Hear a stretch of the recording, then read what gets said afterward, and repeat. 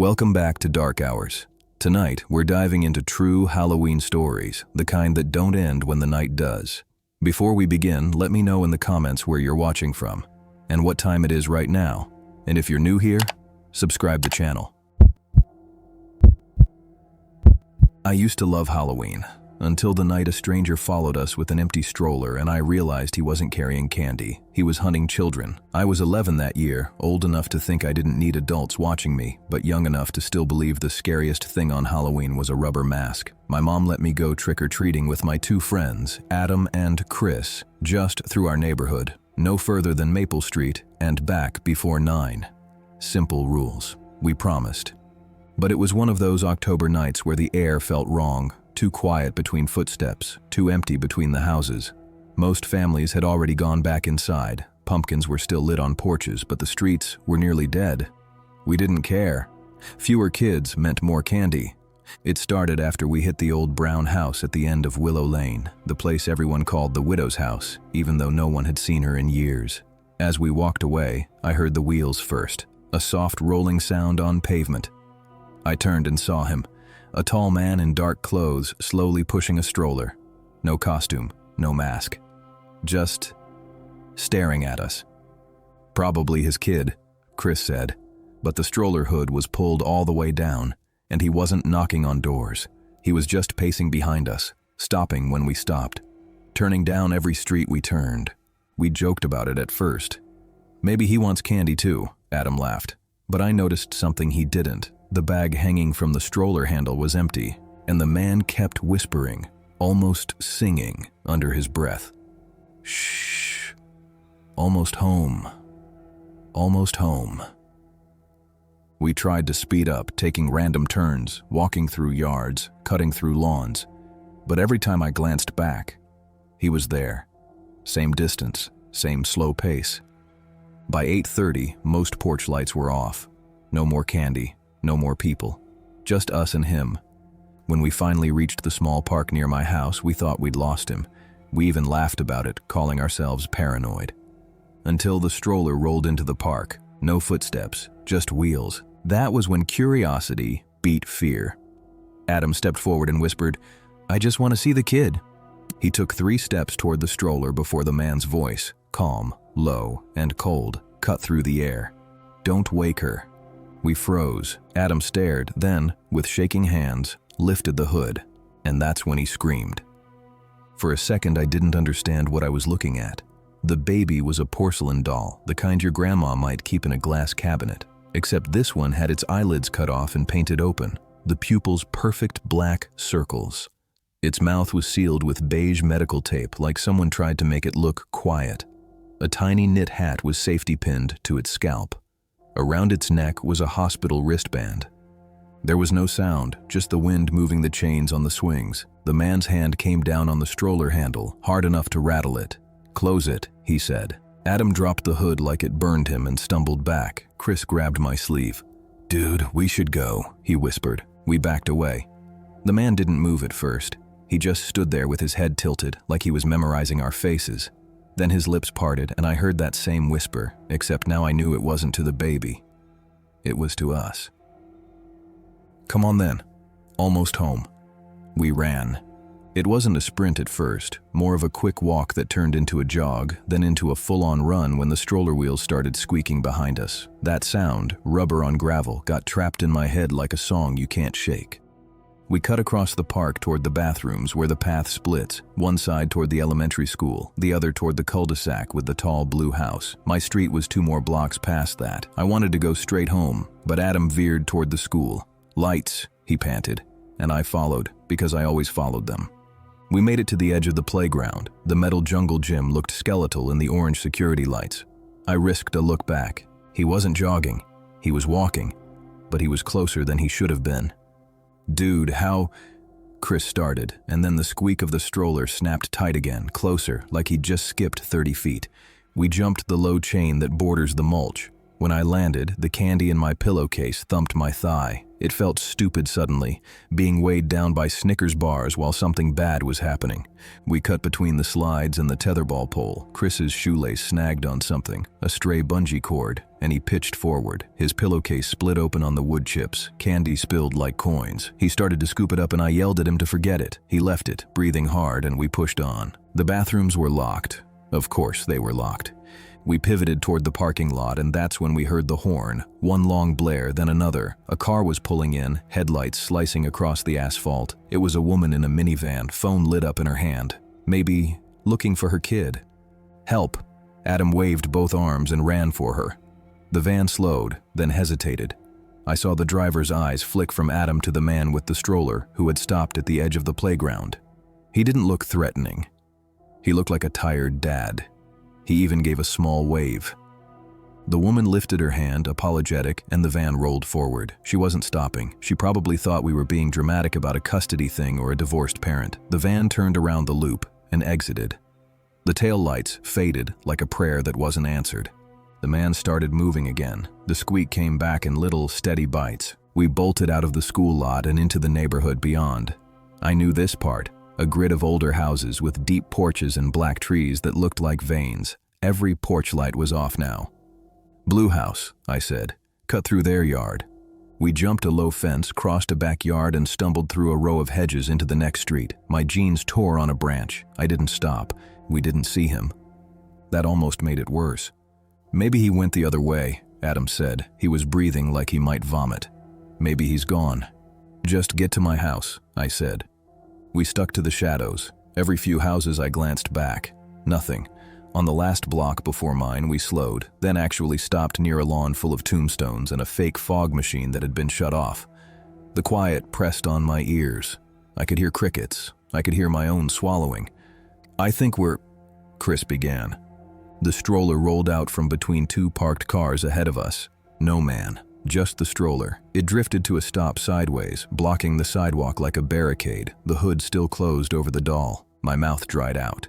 Adam whispered, "How's it moving?" We stood there a stupid second too long, waiting to see a string or a wind or a trick. Then somewhere behind us, maybe half a house length back, I heard the whisper, "Almost home." We didn't look. We vaulted the stroller in a single clumsy movement and ran. A plastic wheel clipped my ankle. I felt the brush of tape on my skin, like the sticky end of that beige strip from the doll's mouth had caught me. I don't know if that's true or something my brain invented. I just know I didn't look back again. My house was on the corner. The porch light was on. Thank God my mom leaves it on until I'm inside. I took the steps two at a time, flung the storm door open, and banged on the main door while screaming for my mom. She opened it so fast I almost fell inward. "What happened?" she said, already pulling me through. Adam and Chris slammed in behind me. I was crying in that silent way where your face is wet and you don't remember making the sound. "There's a guy," I said. "He has a stroller. It's not a baby, it's a doll. Mom, please." She locked both locks. "Who?" She peered out through the oval window. We all did. The sidewalk was empty. The street was empty. The only movement was the neighbor's inflatable ghost swaying in a breeze. "Call the police," Adam said. My mom looked at our faces and didn't argue. While she dialed, I was still staring through the glass. That's when I realized the porch light had drawn bugs, dozens of them, moths and tiny gnats, thumping the glass. In the middle of that swarm, stuck to the window, was a beige strip of medical tape. Not flat, like it had been pressed there by a fingertip, then smoothed down. In the center, two perfect black circles had been drawn with a marker, pupils, like the doll's, staring in. I stumbled back and knocked over the umbrella stand. My mom didn't see it yet. She was arguing with the dispatcher about whether someone was actively attempting entry or loitering. "Tell them he followed us," I said. "Tell them he keeps saying almost home." That's when the doorbell rang. We all jumped. My dog started barking like an idiot from the kitchen. My mom put a finger to her lips, hung up, and called through the door. "Who is it?" A beat of silence, then a voice that sounded like it belonged to a dad who wears polo shirts to soccer games. "Hey there. Sorry to bother." The boys left their bag in my stroller. I didn't realize I was holding my pillowcase so tight until my knuckles hurt. I looked down. It was tied in a knot around my hand, white cloth streaked with dirt. We hadn't left anything. "Wrong house," my mom called. "Please leave." He didn't. The storm door creaked and there was a soft knock on the glass. My mom grabbed the handle. "I'm calling the police," she said. "I already called them," he answered, pleasant. "We should wait together. Almost home, right?" My mom looked at me. My mouth was moving, but nothing useful came out. She said, voice shaking now, "Sir, you need to leave." More silence. Then the squeak. Just one small, dismissive squeak, like a toy being squeezed once. Then footsteps going down the porch stairs. Then the wheels rolling away. It felt like we held our breath for a full minute. My mom pulled me into the kitchen, sat us at the table, and made us stay there with all the lights on until the police arrived. When they did, 2 officers checked the block. They said they didn't see anyone fitting the description. No stroller either. They took our statements, wrote down "doll," and told us we'd done the right thing coming straight home. When they stepped back outside, one of them paused on the porch. "Ma'am," he called, "did you notice this?" He peeled the strip of tape off the oval window and held it up between 2 gloved fingers like something dead. The moths clung to it, trapped. My mom went pale. The officer frowned. "We'll put extra patrols on the block tonight," he said. "Lock your doors. Don't answer for anyone." After they left, my mom sat in a chair by the front door with a baseball bat. She didn't move until my dad got home from his late shift. None of us slept. In the morning, the tape had left a faint rectangle on the glass. I kept seeing those marker pupils even after the window was washed. Every time I passed the door, I checked the street. Nothing. You'd think that was the end. I thought so too. A week later, our doorbell rang just before dinner. My dad answered. A woman stood on our porch, mid-40s, regular clothes, a cardigan. She had a paper grocery bag in her hands with something white inside. She smiled like a neighbor and said, "Hi, I'm on Maple. You guys had some Halloween decorations blow down the other night. I think this is yours?" She tilted the bag so my dad could see. It was a porcelain doll in a tiny knit hat. Its eyelids were painted wide open. Beige medical tape covered its mouth. Around its wrist, a hospital band. Written on the band, in neat black letters, was our last name. My dad took a step back. "We didn't..." But the woman pushed the bag forward anyway, polite, insistent, the way someone does when they're returning Tupperware. "I think this one belongs here," she said, smiling too big now, like her mouth didn't understand how to stop. "Almost home." My dad slammed the door. He locked both locks and called the police while my mom called the neighbors to ask who the woman was. Nobody recognized her. When the officers arrived, the porch was empty. No bag, no doll. Just the rectangle of tape stain on the window that wouldn't clean away. We didn't do trick-or-treating after that. For years, my mom took us to the mall the week before Halloween to walk store to store under fluorescent lights, and even that felt wrong. I pretended I didn't care. I told my friends I was over it anyway. But every October, when the first cold snaps the air and the porch lights start to glow, I hear it again. That soft rubber squeak of stroller wheels finding me on an empty street. When I pass a playground at night, I catch myself counting the swings, making sure none of them are moving on their own. Last year, my wife and I took our daughter to a daytime Halloween event at the library. Costumes, crafts, nothing scary. We were leaving as the afternoon sun slid behind a bank of clouds, and the sky went that dim gray that tells you the day is almost over. At the curb, a woman in a cardigan pushed a stroller past us. She smiled at my daughter and said, "Cute costume." Her voice was pleasant, practiced. The stroller hood was down. I held my daughter's hand a little tighter and the woman kept moving, just another parent in a sea of them. But when the stroller rolled over the concrete seam, it made a sound I hadn't heard in years. That single, soft squeak. And the hair on my arms lifted like static. The woman didn't look back. She turned the corner and disappeared into a line of cars.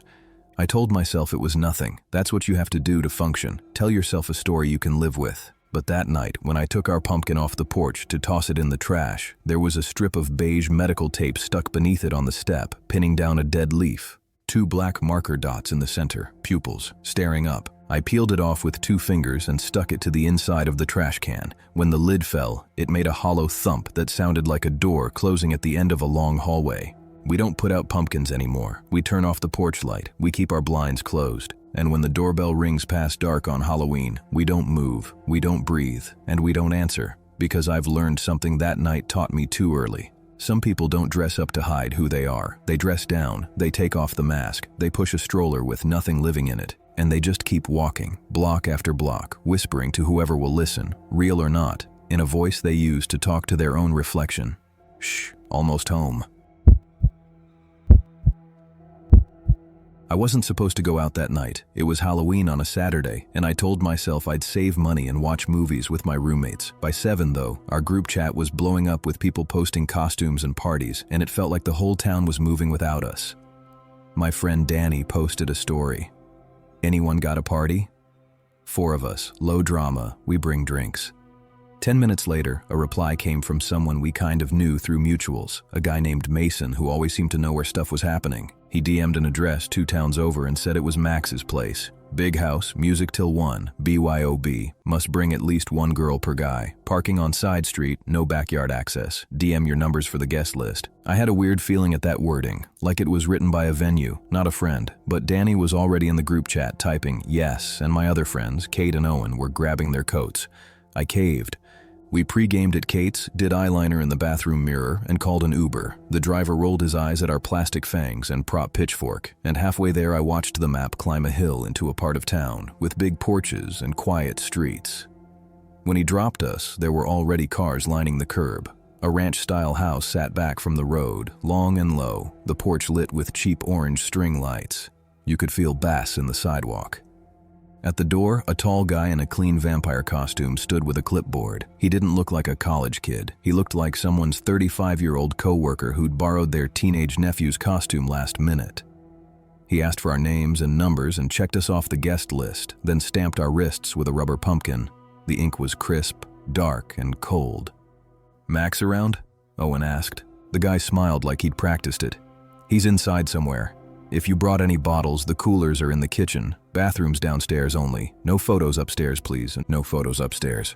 The way he said it made me want to look up there immediately. Instead, we followed the LED glow into the living space. The house had that smell of a place cleaned recently but not lived in. Like lemon, cleaner, and dust. There were strands of orange lights tacked to the ceiling, and a fog machine pumping weak clouds near the floor. The living room was big, but almost empty. A folding table for beer pong.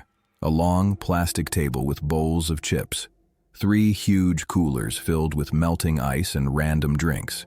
No couches, just 4 plastic folding chairs against the wall. It felt staged, like someone had arranged party as a product and forgot the part where people actually sit. Danny bumped my shoulder. "We got lucky," she yelled over the bass. "This looks lit." I didn't say anything. The crowd was weird. Too many men just standing with empty cups, watching. The women there moved in clusters, sticking close, texting. The host never introduced himself. We claimed a corner by the beer pong table. Kate found an outlet and plugged her phone in because it was at 9%. I kept mine in my pocket. I don't like leaving it unattended. Owen went to the kitchen and came back with 4 red Solo cups. "Guy said they're making mixed drinks," he said. "Super strong." I reached for mine, then put it down and pulled a seltzer from my bag instead. "I'm pacing," I lied.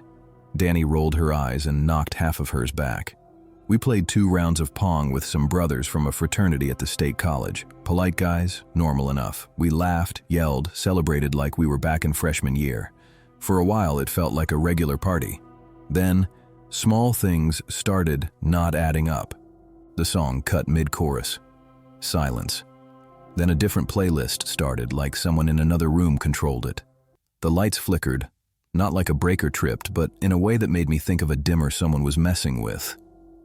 The vampire, at the door, drifted through the crowd, glancing at wrists, checking stamps.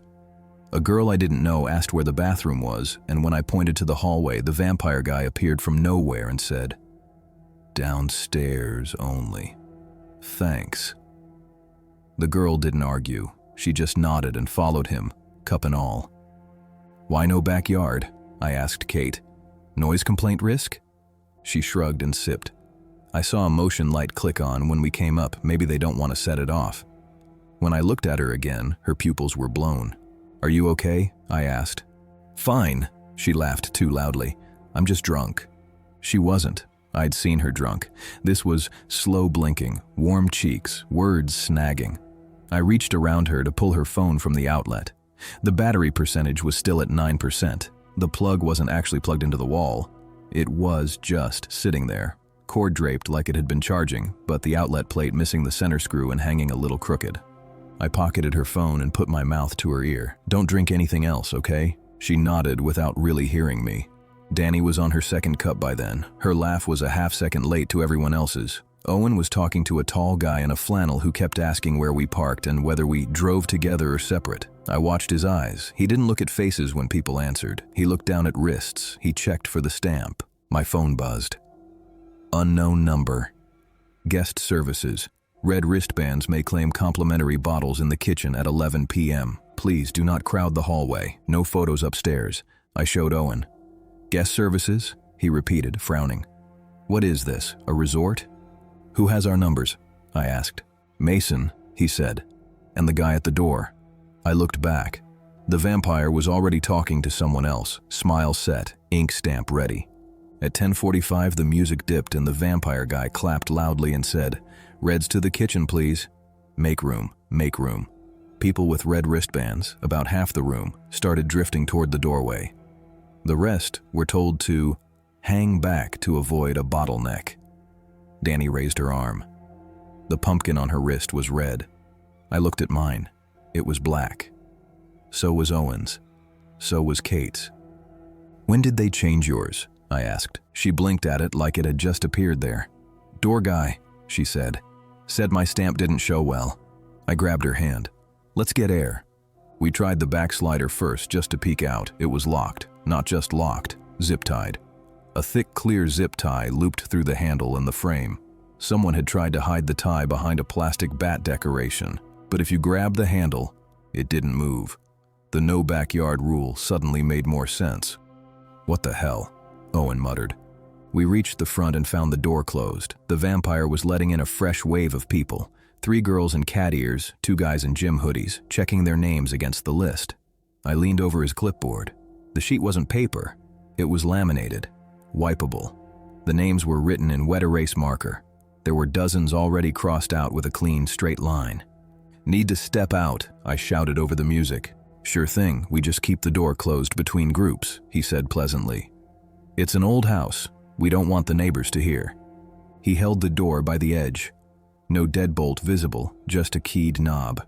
On the inside of the knob, where the lock would be, there was a blank metal circle, like the locking mechanism had been removed. I put my palm on it. It didn't turn. I'll prop it for you, he said, and slotted a rubber wedge under the storm door. Back in 2, please. Outside, the air felt like medicine. We stood on the porch and listened to ourselves breathe. The street was quiet. No kids, no parents, just a few cars and a plastic skeleton shivering in the wind. There was no Max, smoking, or laughing nearby. No signs anyone lived here. A real estate sign sat in the dark of the side yard, face turned away from the street. I walked down the steps and around it. When I flipped it with my foot, the sign was blank. Just the metal frame. You could slide a realtor's panel in and out. Guys, Owen called softly.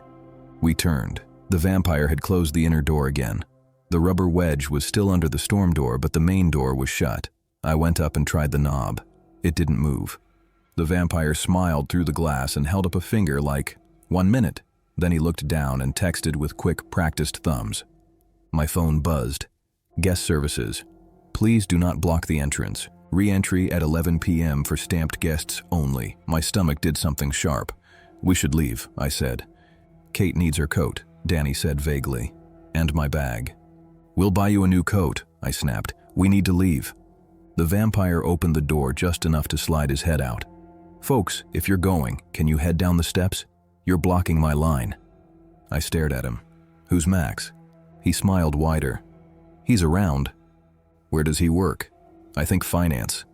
He cocked his head. You all right? There's water in the kitchen. Red wristbands to the left. The smile never touched his eyes. We didn't fight him. We walked to the sidewalk and kept going like we were leaving, passing a black SUV with its engine running and 2 men inside, then veered behind a hedge and cut along the side of the house. There was a tiny window above the foundation, half open. I put my ear to it. A bathroom fan hummed. Voices carried. A girl saying she was dizzy. A guy laughing too loud. Feet on stairs. That's when I caught a different sound. Low and electric. A hum in a rhythm, like a printer or a small server. I crouched and pressed my face to the glass. The basement was lit in tired fluorescent. A fold-out table sat against the wall with neat rows of Ziploc bags, not party snacks, bags labeled with first names in marker. I read 5 before my brain clicked. Phone, cash, ID. Under the table, a plastic bin overflowed with old chargers. A little photo printer sat at the end of the table, tray out. A cheap ring light stood on a tripod. Every bag had a paper wristband next to it. Red. Someone moved across the room. I ducked. Heavy shoes. The ring light switched on. I heard the gentle click of a phone camera. Then a soft, flat voice. Hold still. I grabbed Danny's sleeve and pulled her away from the window. We're leaving. Now. She wobbled, confused. Kate was slumping against Owen. We half-dragged them along the hedge, across the neighbor's grass, and popped out onto the side street. The black SUV rolled forward at the same speed we walked, like we were all part of the same slow current. My phone buzzed. Guest services. If you left something behind, reply yes with your address for complimentary return. No photos upstairs.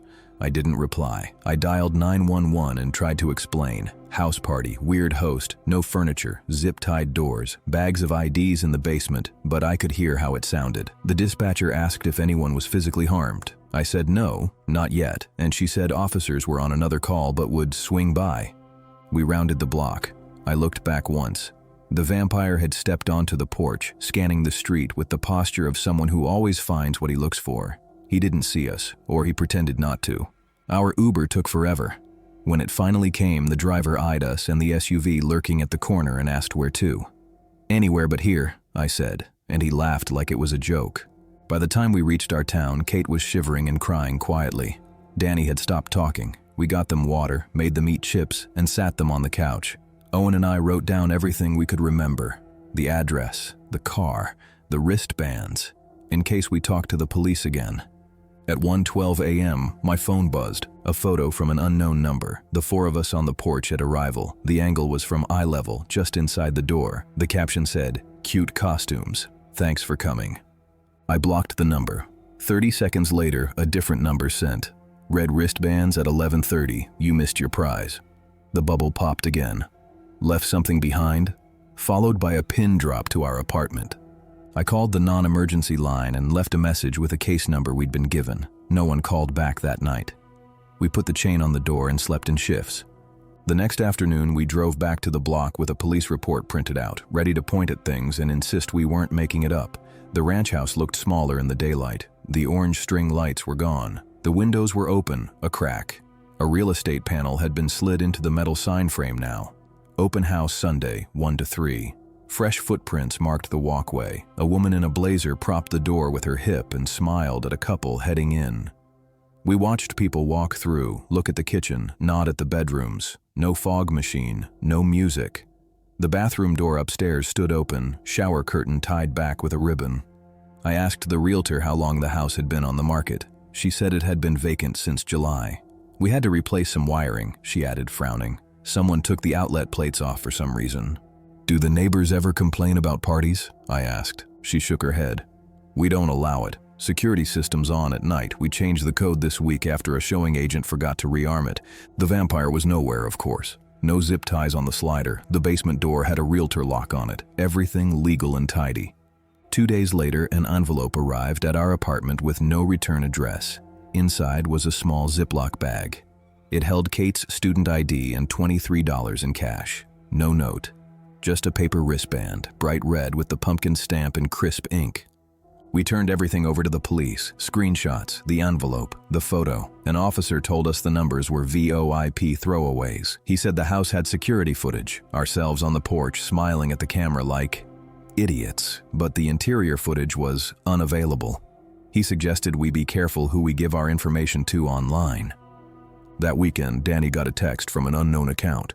"You're on the guest list for Friday. 1 girl per guy. Red wristbands complimentary at 11. She blocked it. Then another number sent the same message with a different address across town. We stopped posting looking for parties stories. We stopped going to parties where we didn't know at least 3 people by first and last name. On Halloween the next year, we stayed in and watched movies like I'd planned before all this. It still felt like we were being watched. 2 nights ago I came home from work and the building lobby had a clipboard on the table by the mailboxes. No note, just a laminated sheet with lines in wet erase marker. Names in unfamiliar handwriting. At the bottom, our 4 names were already written, next to each, a slash with a perfect little pumpkin stamp. I carried the clipboard upstairs, took a photo, and handed it to the super. He hadn't seen anyone bring it in. He said kids pull pranks in October, not to stress. He slid the clipboard into a closet and promised to keep an eye on the cameras. That night, sometime after midnight, I woke up to my phone buzzing. A message from a new number I didn't recognize flashed up, then vanished as the sender unsent it. I only saw 3 words. No photos upstairs. I stared at the empty chat, waiting for something else, something worse. Nothing came. The apartment was silent. I got up, locked the door again, and checked the peephole just to see my own eye staring back at me in the fishbowl glass. If you go out this Halloween and someone you barely know hands you an address, asks for your number, and promises complimentary drinks for certain wristbands, pay attention to the furniture, pay attention to the doors, pay attention to the people who don't seem to be having fun, just watching. And if you see a pumpkin stamp that looks too perfect, too crisp, like it's been practiced, don't wait for the guest services text. Leave before you're on the list. I took the job at the seasonal Halloween store because I needed rent and I figured selling plastic fangs and polyester capes would be easy. The place used to be a mattress outlet in a dying strip mall, the kind of center where the parking lot lights buzz like old refrigerators and half the tenant signs have missing letters. We opened at the end of September. We're supposed to close at 9 p.m. on Halloween night and then pack the place up. We almost made it. Closing shifts were usually me, Marco, and Tiff. We weren't really friends, but we were easy with each other, shared Red Bulls, complained about sore feet, compared the dumbest costumes of the day. Our manager, a mid-40s guy who wanted everyone to call him Coach, treated the store like a team and inventory like film. He had rules. No phones at register, no horseplay and animatronics, lock the plastic weapons in the case after the September prank, where a kid slapped a stranger with a foam machete. The rule he cared about most was the night walk. One person had to sweep every aisle, fitting room, the stock room, the emergency exit corridor, and even the employee bathroom after close, then sign a clipboard that the store was empty. Coach said district required it because a shoplifter once hid and pried open a register after hours. Maybe it was true. It didn't matter. The walk always felt worse than it should have. We'd been busy all Halloween day, last-minute costumes with wigs stapled to the top, face paint, vampire teeth. People bargained for the floor models like it was a car lot. A couple fought 20 minutes over whether the guy should go as a priest or a banana. The banana won. By 8:30, the store emptied like someone flipped a switch. People wanted to be at parties before 9. Coach left at 7 to take his kids trick-or-treating and put me on keys. Lock up right at 9, he said. Text the deposit number. Finish strong. He clapped like it helped. He was proud our shrink was the lowest in the district. He credited his night walk. At 8:50, we put a sign on the door. Closing at 9 for Halloween, happy haunting. A group of college guys with sticky fake blood tried to slip in anyway. I pointed at the sign through the glass. One knelt and begged like a mime, then laughed and jogged off. Their voices evaporated in the empty lot. We straightened pegs, zipped torn bags, swept glitter from tile. Tiff counted down drawers, lips moving. Marco wiped the counter like it mattered in a place that coughed dust when the heat kicked on. I bagged the deposit, wrote the total, clipped the flashlight to my back pocket, and took the clipboard. Want company? Marco asked. I'm good, I lied. The walk felt like a dare you had to do alone. If someone came, it would make what I felt obvious. Stores with customers and stores without are 2 different buildings. Without people, you hear the bones of the place. Light buzz, the break room freezer cycling, a vent rattling behind the pegboard. The automatic air freshener hissed a spray on its timer and still made me flinch. Kids' costumes first, half the pegs bare. We'd sold out of the popular ones ages ago. Leftovers tilted sideways. Zombie mailman, sexy moth, a mullet kit with a brown plastic wig and stick-on mustache. The mirror at the end of the aisle had cheek smears and dull fingerprints. I wiped them with my sleeve because the smudges looked like someone had pressed their face against it and breathed. The dressing rooms were 3 particle board stalls with chipped paint. 2 stood open, 1 was closed. I knocked. Store's closed. Anyone in there? Silence. I bent and looked under the door. Darkness and a loose ribbon of yellow caution tape. I cracked it with the master key. Empty. Bench, hooks, a torn wig cap, a pair of those cardboard eye protectors someone had left. On the inside of the door, a jack-o'-lantern was carved into the paint with a key, triangular eyes, too many teeth on the grin.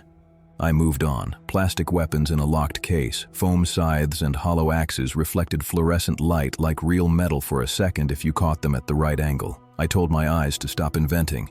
Halfway down animatronics, the crawling kid, a toddler-sized doll in footy pajamas, lurched forward on its stomach even though I hadn't stepped on the sensor. The battery was dying, so it scraped one plastic hand and whispered, "Ma, Ma?" in a short-circuit loop. The switch said, "Off." I flicked it on, then off, and it quit. "Don't," I said to nobody. Talking made my body behave. The emergency exit door at the back showed a red LED blinking, alarm-armed. The corridor smelled like cold cardboard.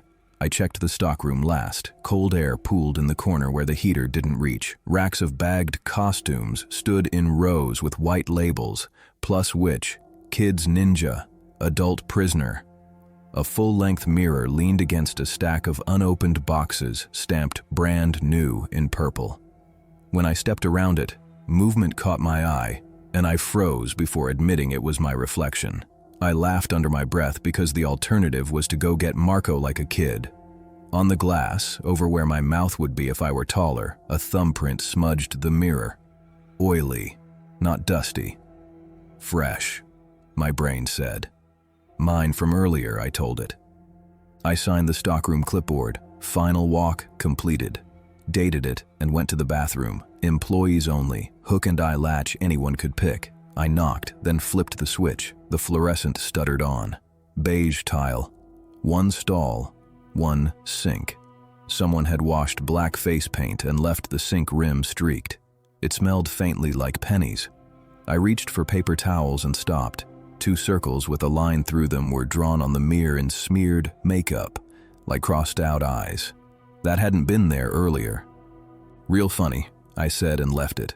Pressing a towel into the design felt like sticking my hand in someone else's note. Checklist done.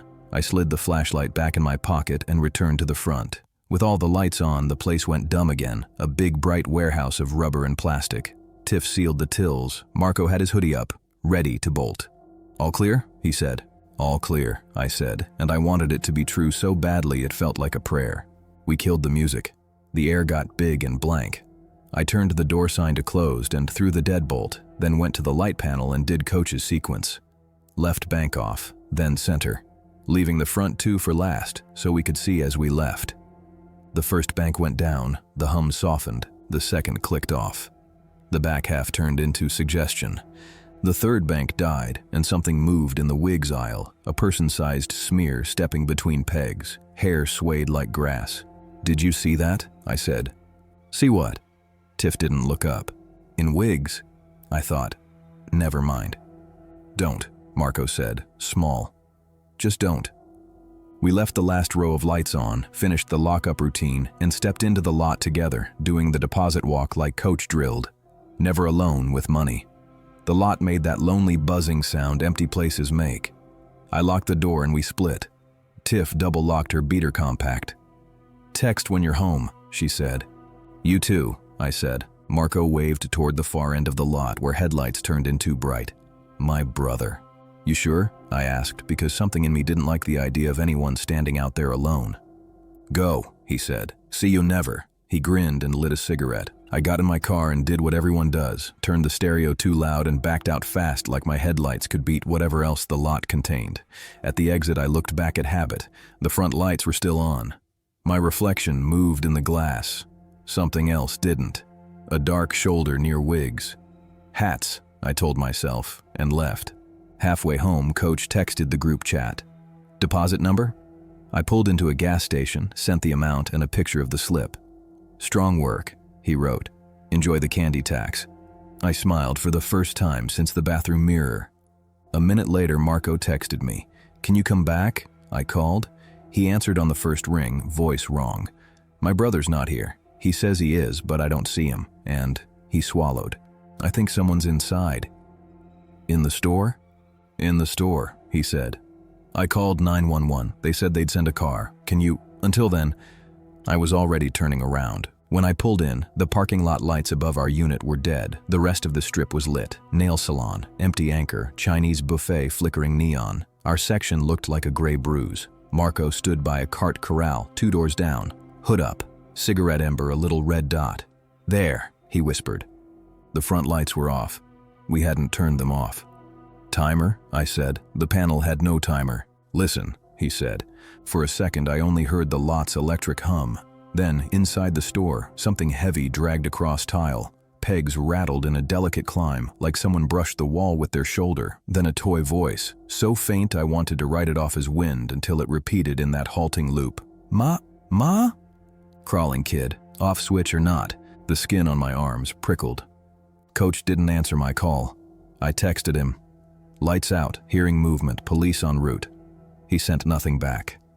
We didn't go press our faces to the glass like idiots. We stood in the shadow and watched the window as if it would show us something safer in 2 dimensions. The dragging stopped. Stillness. In the far left of the window, waist height, a red LED blinked on. Then another in a row down the aisle. Motion sensors on the animatronics tripping like eyes opening one after another. Too slow to be a squirrel. Too evenly spaced to be a glitch. The red points faded from left to right, the way a head turns. Then black again. The police came in 6 minutes. It felt like an hour. 2 officers. One stayed with us while the other jiggled the door, then used my key. The alarm chirped to acknowledge the after-hours open. He swept his flashlight across the register, down the aisles, the beam making masks into blank faces. "Clear," he called. "Bathroom clear. Back hall clear." The officer by us pressed his shoulder mic, then turned. "Empty," he said. "Can you leave a light on?" I asked. "We would," he said, like it was a joke we wouldn't get. He locked the door and gave me my key. They drove off. Marco's phone buzzed. His brother, wrong lot. He left in a hurry, head down, shoulders up. I sat in my car in the dark and told myself I'd made up every movement I hadn't watched with my own eyes. Coach texted at 6:12 a.m. "Someone break in?" I told him about the police, about the lights. 10 minutes later, he sent a photo from inside the store. The closed sign hung crooked, on the glass at kid height. Dead center, a greasy oval, where someone had pressed their face with darker ovals where eyes might be, and a wide smear where a mouth had slid. On the sill below lay the crawling kid animatronic, curled plastic fingers, switch set to off. Not where it belonged. "Who moved this?" Coach wrote. We said none of us. He didn't answer. We had to go in the next morning to start pack out. Daylight made the store stupid again. We broke down peg walls, boxed costumes, rolled rubber mats. Tiff cleaned the bathroom mirror until the crossed-out eyes bled into a brown cloud and vanished. Marco avoided the stockroom until he had to pull inventory. When I helped, the full-length mirror had moved, angled to show the break room door, on the glass above where a too-tall person's mouth might be. A new palm-sized smear, the heel of a hand pressed to steady. The oil streak had a raised ridge down the middle like a scar. We didn't mention it. Talking felt like feeding a stray. Right before noon, the strip mall lights hiccuped, off, then on in a wave. Our fluorescence lagged a heartbeat. In that breath of dim, something in the mirror moved behind me. Not my reflection moving wrong, but something standing where the break room doorway was, as if it had leaned out to check whether we were still there. When the bulbs snapped to full, the doorway was empty. The air smelled like pennies again, faint and clean and wrong. I took the mirror down and faced it to the wall. "We'll return it to the vendor," I told Coach. He shrugged, tired of fighting district about freight. We finished the pack-out by late afternoon. We took an end-of-season picture, me, Marco, and Tiff at the empty front, hands up like a scoreboard. I deleted it that night. In the reflection on the glass to the left of us, where the wigs used to be, light smeared into a shape that read like a person wearing hair that wasn't theirs. You can tell yourself a lot about glare. I didn't want to keep convincing myself. The strip mall got a discount furniture tenant in spring. They painted over the sign brackets and laid fake wood floors. Last week, curiosity made me walk past. Headboards and lamps lined the glass. In the back, leaning face in against a new wall, a full-length mirror with faint purple brand new stamp on the box's edge. Visible if you'd handled one. I didn't cup my hands to see if a thumbprint marked the glass. I didn't look for a ridge in the oil. I kept walking. I've decided seasonal retail is a factory for small hauntings. People try on faces and leave parts of themselves behind. The store keeps some of it. Maybe that's all it was. Maybe whatever felt inside after hours was only the echo of wanting to be someone else. But on cold nights in October, when my apartment lights dip and the refrigerator hum shifts, I hear a plastic rattle in my head and the slow drag across tile, and I picture the animatronics aisle red dotting awake. One sensor at a time, turning toward the glass. I keep the bathroom mirror at my place, spotless now. No steam hearts, no jokes, no "you look hot" written in a finger. If I find a print that isn't mine, I don't wipe it. I let it dry and fade. It feels safer, like the message can finish and leave on its own. On Halloween this year, I worked a normal shift at my normal job. I didn't tell anyone about seasonal. I drove past the strip mall at dusk because habits keep you honest. The furniture place glowed warm. A row of fake pumpkins sat on an end table to be festive, the kind with LED candles that tremble like breath. In the back, where the employees' hallway cut behind the new wall, a red light blinked, steady as a pulse. I couldn't say what it belonged to now. Alarm panel, motion sensor, something else that sleeps with its eyes open. When I got home, I taped a sticky note over my peephole from the inside. I don't need to see who stands there on Halloween night. I don't want anyone pressing their face to the glass and fogging it. If they knock, I won't answer. If a voice like a toy whispers, "Ma, ma," through cheap wood, I'll turn on the bathroom fan and listen to the air instead. I used to think you had to believe in ghosts to be haunted. Now I think you only have to work somewhere people try on strangers' faces for a living. The building remembers for them, the mirrors do too, and sometimes, when the last lights go off and the lot goes quiet, the building tries the faces on by itself to see if any still fit. If you stand outside and watch long enough, you might catch it in the window, someone you don't recognize wearing hair that isn't theirs, tilting their head to see what you'll do. I don't watch the windows anymore. I go home. I leave the lights how they are. I keep my hands off the glass, and when a red LED blinks at the back of a store that no longer sells costumes, I let it blink and don't tell myself what it's for. Some things work better when you don't name them. Some doors stay locked longer when you don't check. That's the version of the story I live with. It's the one where nothing followed me home, just habits. The store closed. The mirror got returned. The crawling kid is in a warehouse, boxed. That's how I say it so I can sleep. But sometimes when I pass the furniture store on a windy night and the big pane flexes with a soft click, I feel watched at a height a child would stand, and I walk faster without looking, like someone on the other side just pressed their face to the glass and left no mark at all. If you stayed until the end, maybe this story followed you too. Leave a like so I know I'm not the only one who sees it. And subscribe the channel because Halloween isn't over.